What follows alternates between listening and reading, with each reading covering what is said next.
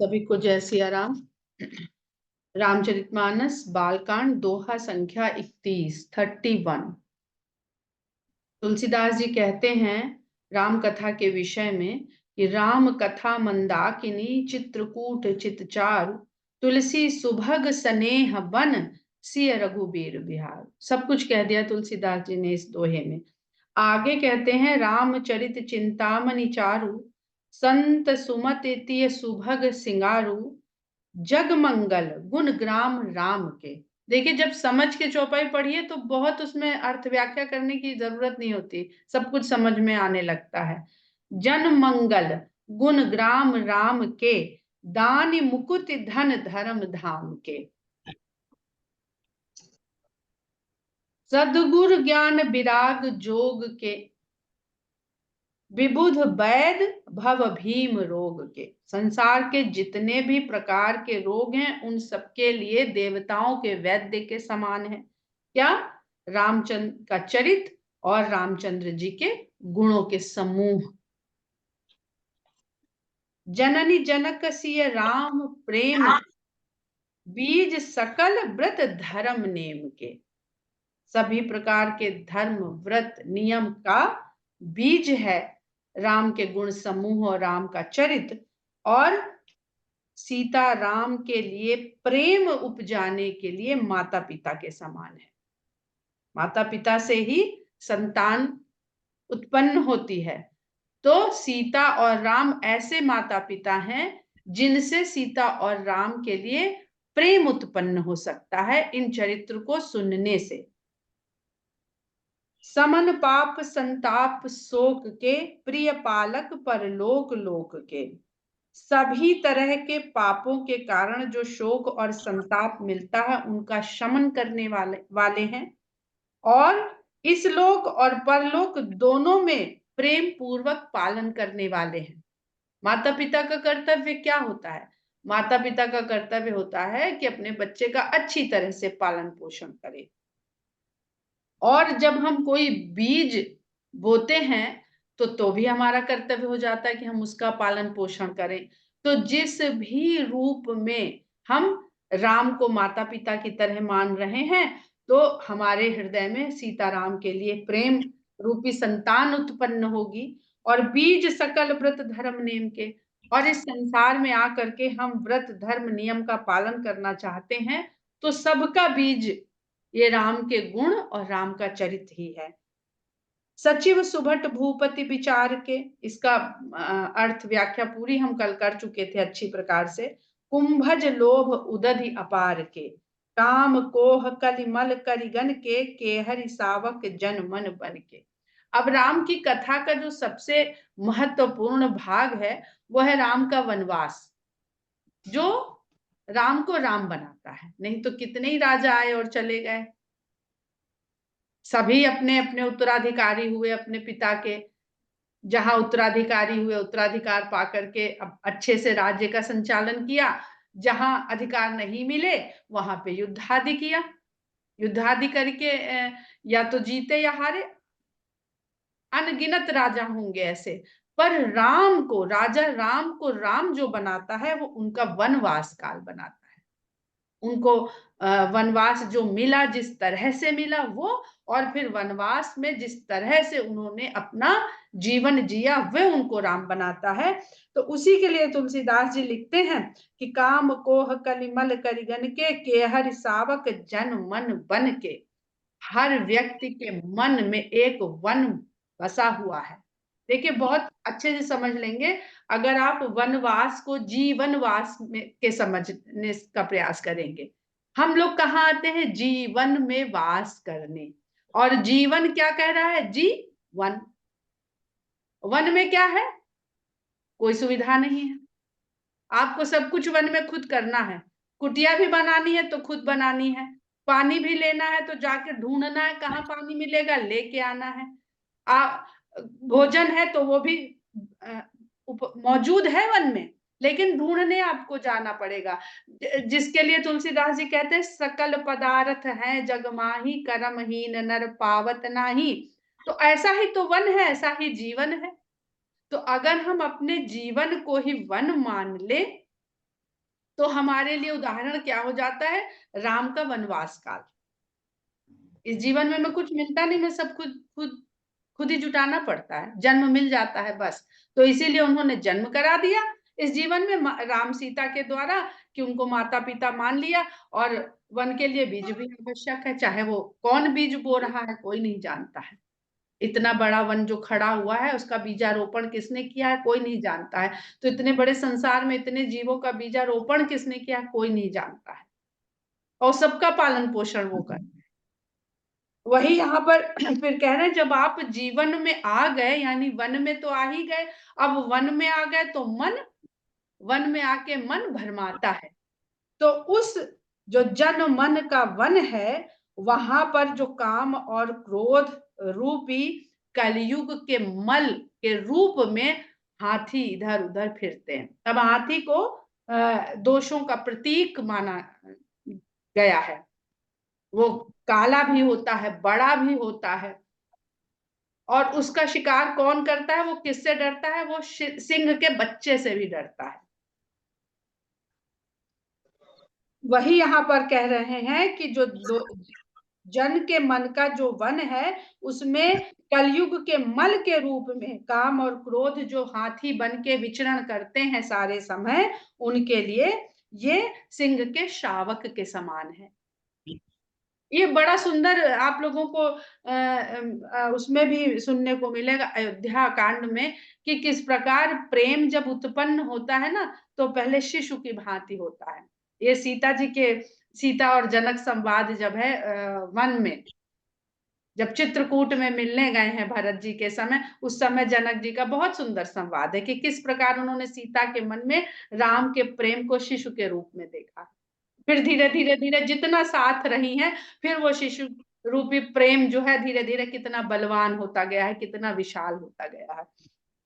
तो यहाँ पर भी वही कह रहे हैं कि हरिसा अभी अभी शुरू करी है कथा, अभी तो कथा आरंभ भी नहीं हुई है। तो जो प्रेम पैदा होएगा वो शावक के रूप में पैदा हो रहा है सबके मन में। अतिथि पूज्य प्रियतम पुरारी के कामद घन दारिद दवार के, और शंकर भगवान के प्रिय और पूजनीय अतिथि के समान है ये कथा। ये बहुत बड़ा भाव है भक्ति और भक्त का, इसको आप लोग स्वयं ही समझ सकते हैं कि एक भक्त के लिए उसके आराध्य का क्या स्थान होता है, क्या भाव होता है। इसीलिए तुलसीदास जी ने अतिथि पूज्य प्रियतम पुरारी के, शंकर भगवान के प्रिय और पूजनीय अतिथि के समान है ये कथा। कामद घन दारिद दवार के, जो अब जब हम वन में निवास कर रहे हैं तो वहां पर दावाग्नि लगती रहती है, जंगल में अपने आप अग्नि लगती रहती है। जब काम और क्रोध रूपी वहां गर्मियां निवास करेंगी तो हम जलते रहते हैं ना हर समय, कोई ना कोई संताप, संताप में भी ताप है, ईर्ष्या में भी जलन है। ये सब क्या है? ये मनुष्य के जीवन को जलाती रहती हैं कहीं ना कहीं से, कष्ट दुख ये सब संताप कहलाते हैं। तो इनके लिए भगवान की ये जो कथा है, कामद घन, सभी कामनाओं को देने वाले बादल के समान है। हम लोग जो कामनाएं ढूंढते हैं वो हमें सब जलाती, सब संताप में संतप्त करती हैं, कहीं किसी ना किसी रूप में। अभी खुशी दे देंगी, 2 घंटे बाद संतप्त कर देंगी, या 2 दिन बाद कर देंगी, या 2 महीने बाद, या 2 साल बाद, कभी ना कभी कर देंगी। अभी बढ़िया बढ़िया खाना खाया, बहुत अच्छा लग रहा है, बड़ा मजा आ रहा है, हो सकता है अगली सुबह हमें संताप दे दे वो, अरे क्या खा लिया, क्यों खा लिया। हो सकता है 2 साल बाद पता चले कि ये सब किया था, ये लाइफ स्टाइल थी, ये खाते थे तो डायबिटीज हो गई। तो कोई ना कोई जो कामना ही तो है जो हमें किसी ना किसी तरह से संतप्त कर रही है। तो कौन सी कामना? ऐसी कामना जो भगवान राम के प्रेम को पाने वाली हो, उनके चरणों में प्रेम को पाने वाली हो, वही बस ऐसे बादल के समान है जो इस दावाग्नि को बुझा सकती है। अब वन हो गया, मन हो गया, और उस वन में दावाग्नि भी लग गई, तो वो बुझेगी कैसे? फिर कहते हैं, मंत्र महामनि विषय ब्याल के, मेटत कठिन कुंक भाल के। जो विषय रूपी सर्प है, अब वन है तो सर्प भी निवास करेंगे।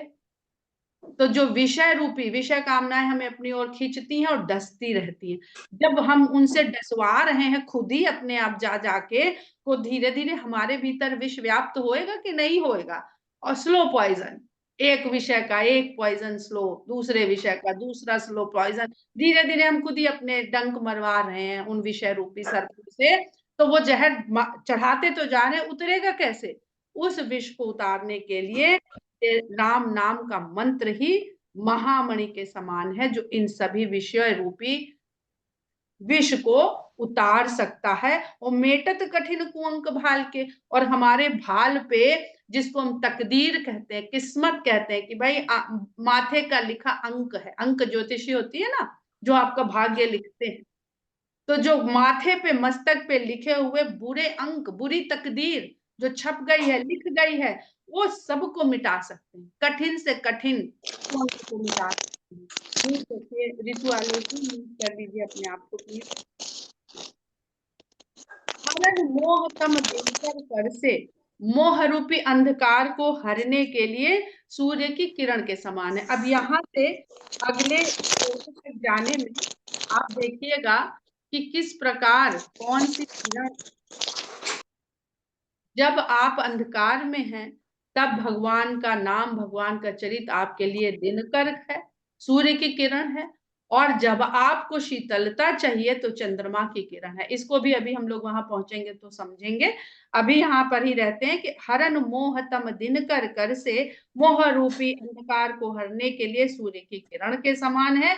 और सेवत सालिपाल जलधर से, और जो उनकी सेवा करने में भक्त हैं उनके, वो अगर धान के समान है तो उनको पालने के लिए बादल के समान। तो सब कुछ वही है, तपाने वाली सूर्य की किरण भी वही है, लेकिन वो तपाते नहीं है, वो प्रकाश देते हैं। और जब मेघ आएगा तो सूरज तो दिखेगा नहीं। आशा जी लाते हैं म्यूट, आनंद, प्लीज म्यूट रखिए आप लोग, प्लीज, बहुत आप लोगों से प्रार्थना करते हैं।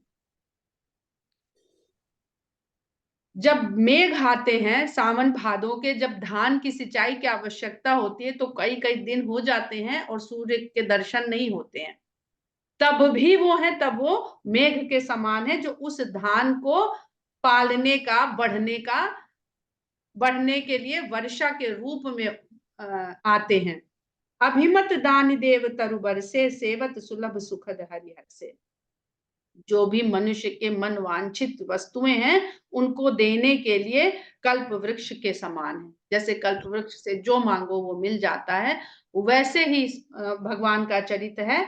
और सेवत सुलभ सुखद हरिहर से, सेवा करने में बहुत सरल है, तुरंत सेवा करिए, तुरंत आसानी से मिल जाते हैं। कैसे मिल जाते हैं? जैसे विष्णु और शंकर दोनों मिल जाते हैं उनका एक नाम ले लेने से, उनके चरित्र को सुनने से। तो रामचरितमानस में ये बड़ी सुंदर बात दिखेगी आपको, कि जो और जगह है कि हम शैव हैं, हम वैष्णव हैं, इतना विरोध रहता है, इतना विरोध रहता है।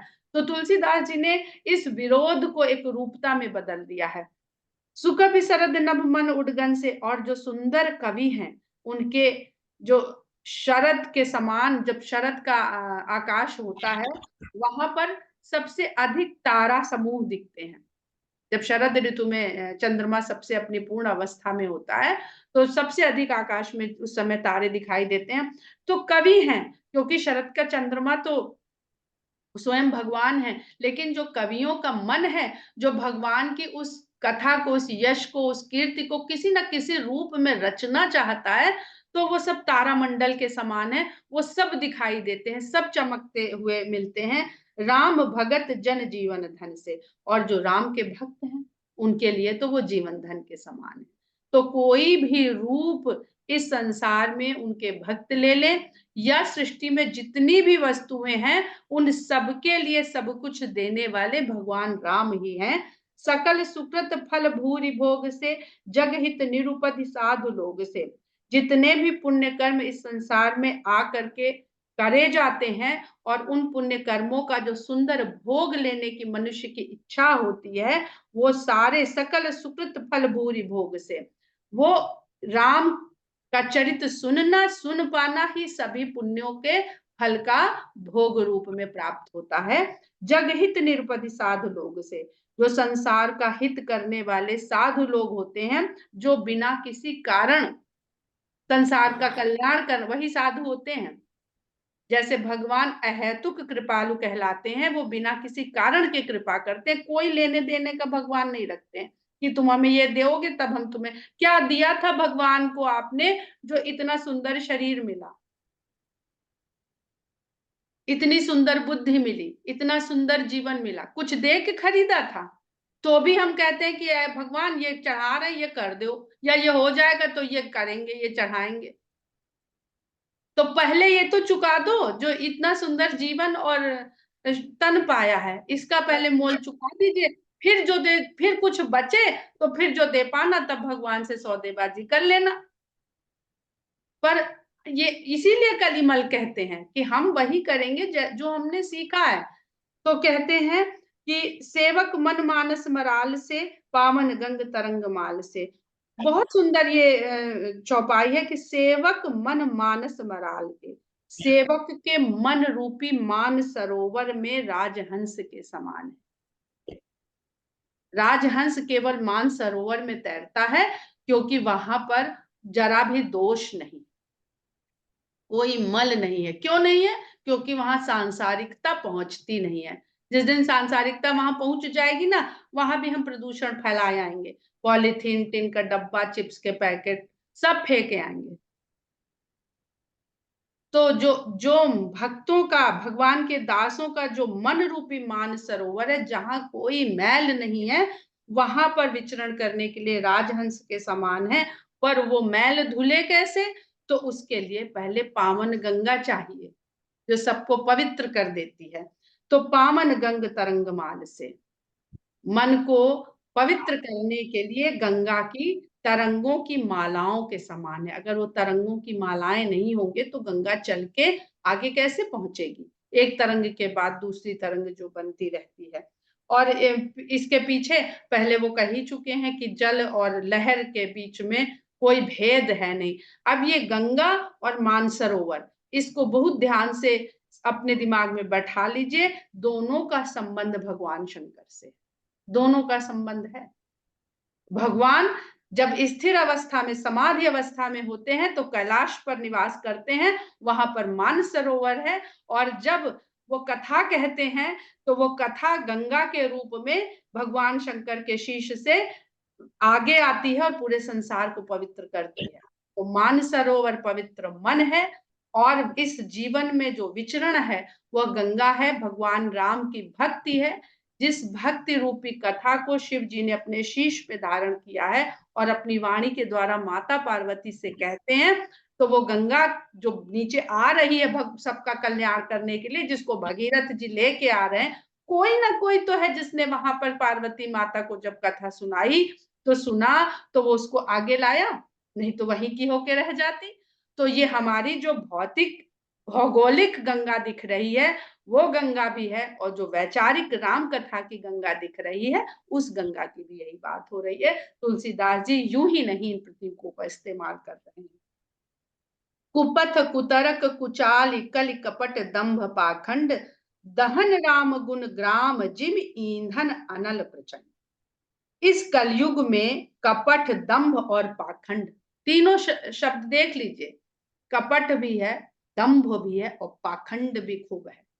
इसके कारण कुपथ है, बुरे मार्ग पे आदमी बढ़ जाता है, कुतर्क करने लगता है। आजकल तो कुतर्क की बाढ़ आई है। हम तो खैर टीवी नहीं देखते हैं तो बचे रहते हैं, जो लोग देखते हैं वही जानते हैं। इतनी इतनी कविताएं सुंदर सुंदर लोग रच रहे हैं, पर उसमें कितना बड़ा कुतर्क है, कितना बड़ा कुतर्क है। बहुत हमें भी भेजी, और जिस दिन पहले दिन रिलीज हुई उसी दिन हम तक पहुंचाई कि इस जय श्री राम में सब कुछ है, बस राम नहीं। क्यों नहीं है राम भाई?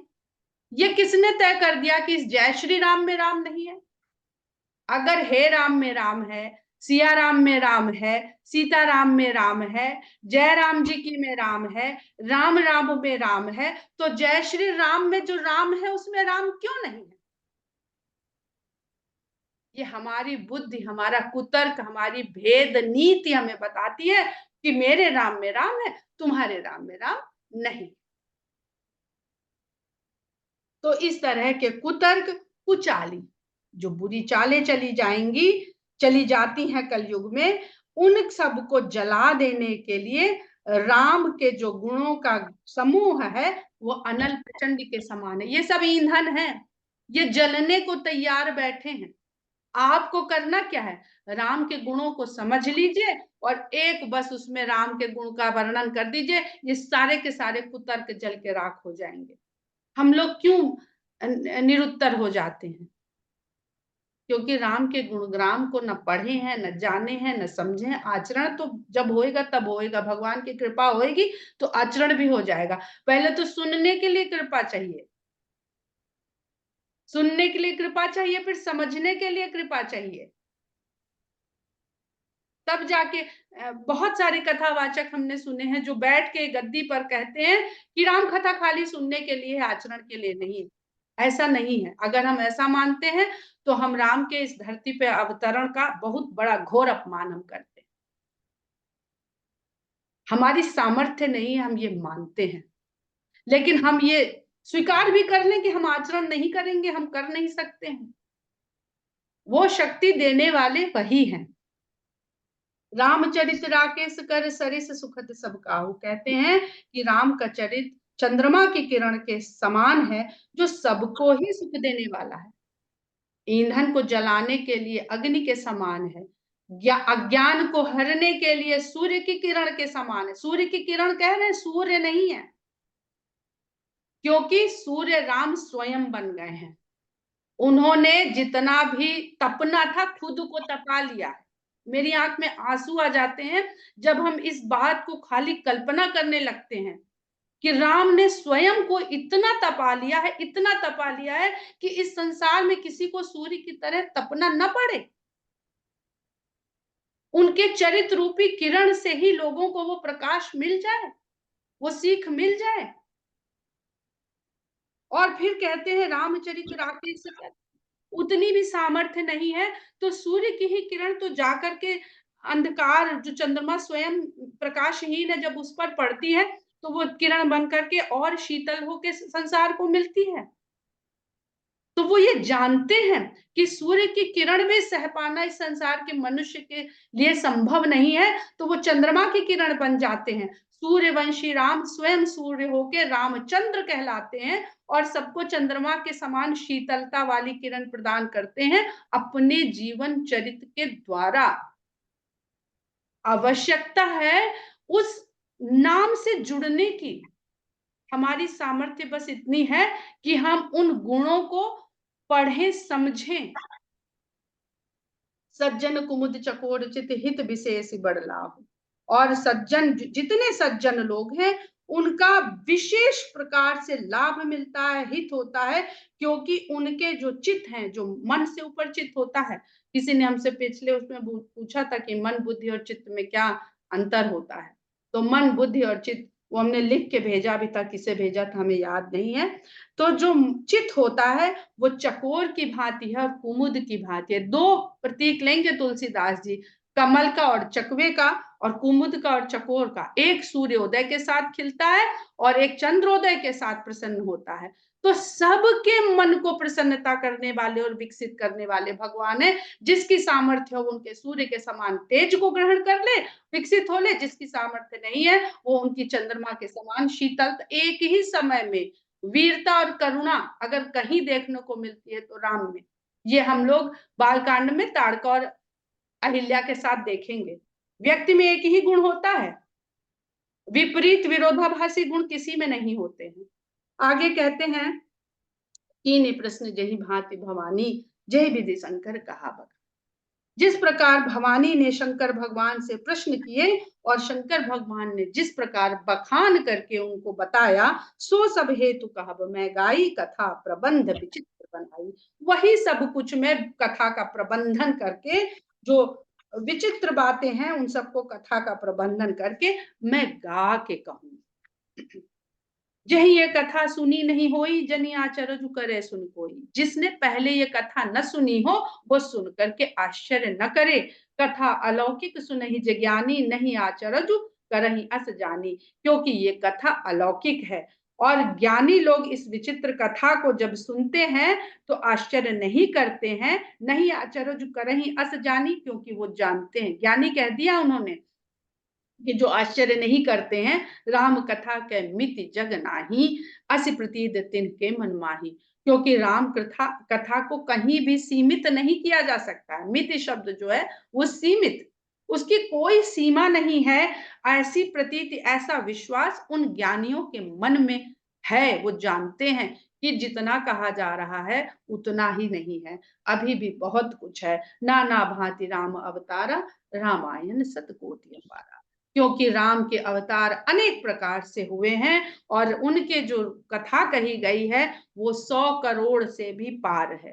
रामायण सतकोटि अपार, 100 करोड़ से भी पार हैं जो राम के वर्णन किए गए हैं उन अवतारों के। तो अब हिसाब लगाने में हम लोग बिल्कुल फेल हो जाएंगे, क्योंकि जब अनगिनत अवतार हैं और हर अवतार की अनगिनत कथा है, तो वो अनंत वही है जिसको हम समझ ना सकें, जिसको हम कह ना सकें, जिसको हम लिख ना सकें, वरना वो अनंत नहीं। कल्प भेद हरि चरित सुहाए, भांति अनेक मुनि सन गाए। कल्प भेद के अनुसार भगवान के सुंदर चरित्र को अनेक प्रकार से मुनीश्वरों ने गाया है, बखाना है।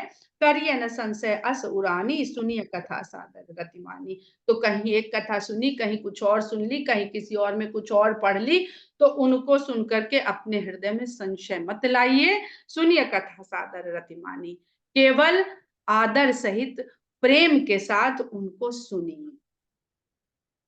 राम अनंत अनंत गुण अमित कथा विस्तार। क्यों? अब ये भी बता रहे हैं कि राम अनंत, जो अनंत है स्वयं अनंत है, और जिसके गुण अनंत है, और जिसकी कथा का विस्तार अमित है, जिसकी सीमा से परे है।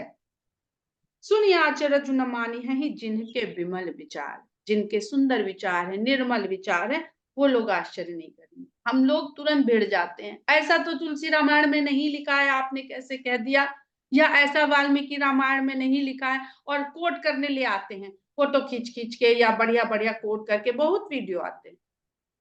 भाई इतना ही नहीं है, काटने भी लगते हैं कि ये इसमें बाद में जोड़ दिया, इसमें ये हटा दिया, अपने अनुसार लिख दिया। तो कह ही रहे अपनी अपनी बुद्धि के अनुसार हर आदमी कहेगा और अपनी अपनी बुद्धि के अनुसार हर आदमी समझेगा। यहाँ हम लोग इतने 37 लोग बैठे हैं, यहाँ हर आदमी अपने अपने 37 प्रकार से, हम कुछ और कह रहे हैं 37 36 प्रकार से, तो उसको सब लोग समझ रहे हैं। अभी हम कह देंगे चलिए इसको बताइए सब लोग क्या क्या समझा, तो कम से कम 36 प्रकार यहीं पर निकल आएंगे, क्योंकि हम सबकी बुद्धि की एक सीमा है, हम सबकी समझ की एक सीमा है। ऐ विधि सब संशय करि दूरी, सिर धरि गुरुपद पंकज दूरी। इस प्रकार सभी संशय को दूर करने के लिए मैं अपने गुरु के चरण कमल की धूल को सिर पर धारण करता हूँ। पुनि सबहि बिनवों कर जोरी, करत कथा जही लाग न खोरी। और फिर से एक बार हाथ जोड़ करके सबसे विनती करता हूँ, जिससे जो मैं कथा अब कहने जा रहा हूँ उसमें कोई दोष न रह जाए। सादर सिवहि नाई अब माथा, बरनो बिसद राम गुण गाथा। आदर के साथ मैं शंकर भगवान को मस्तक नवा करके राम की गुणगाथा, निर्मल राम की गुणगाथा के यश को वर्णन करने जाता हूँ। संबत 1631 करो कथा, हरिपद धरि सीस। संबत 1631 में मैं भगवान के चरण में शीश धर के कथा करता। नौमी भौम बार मधुमासा, अवधपुरी यह चरित्र। मधुमास चैत्र के महीने में नौमी तिथि में मंगलवार के दिन अवधपुरी में यह चरित्र प्रकाशित हुआ। प्रकाशित हुआ कह दिया, अभी लिखना शुरू किया है। प्रकाश मतलब आया, प्रकाश के रूप में दिखाई दिया। जही दिन राम जन्म श्रुति गावहि, तीरथ सकल तहां चलिया। वेदों ने अपनी श्रुतियों में जिस दिन राम के जन्म की तिथि के रूप में गाया है, और यह भी कहा है कि उस तिथि में सारे ही तीर्थ वहां चल करके आ जाते हैं। असुर नाग खग नर मुनि देवा, आई करहि रघुनायक सेवा। असुर नाग पक्षी मनुष्य मुनि देवता सब वहां पर आकर के राम की सेवा करने के लिए उत्सुक हो जाते हैं, तत्पर हो जाते हैं, आ जाते हैं। जन्म महोत्सव रचहि सुजाना, करहि राम कल की रति गाना। और आ करके भगवान के जन्म के महोत्सव को सभी सज्जन लोग रचते हैं, मनाते हैं और राम की कीर्ति का गान करते हैं। मज्जहि सज्जन वृंद बहु पावन सरजू नीर, जपहि राम धरि ध्यान उर सुंदर श्याम शरीर। सरयू के पवित्र जल में स्नान करते हैं सज्जनों के झुंड, सज्जन वृंद बहु, अनेक सज्जनों के समूह आते हैं और पावन सरयू के जल में स्नान करते हैं। जपहि राम धरि ध्यान और उसके पश्चात राम के सुंदर सांवले शरीर का ध्यान करके वहीं पर जप करते हैं। तरस परस मज्जन अरुपाना, हरई पाप कह वेद पुराना। सरयू का यह जो दर्शन करिए, चाहे स्पर्श करिए, चाहे स्नान करिए और चाहे पान करिए, वेद पुराण ऐसा कहते हैं कि वह सभी पापों को हर लेने वाला है। सरयू का पवित्र जल। हम लोग यहीं पर विराम देते हैं, समय हमारा हो गया है। जय सिया राम।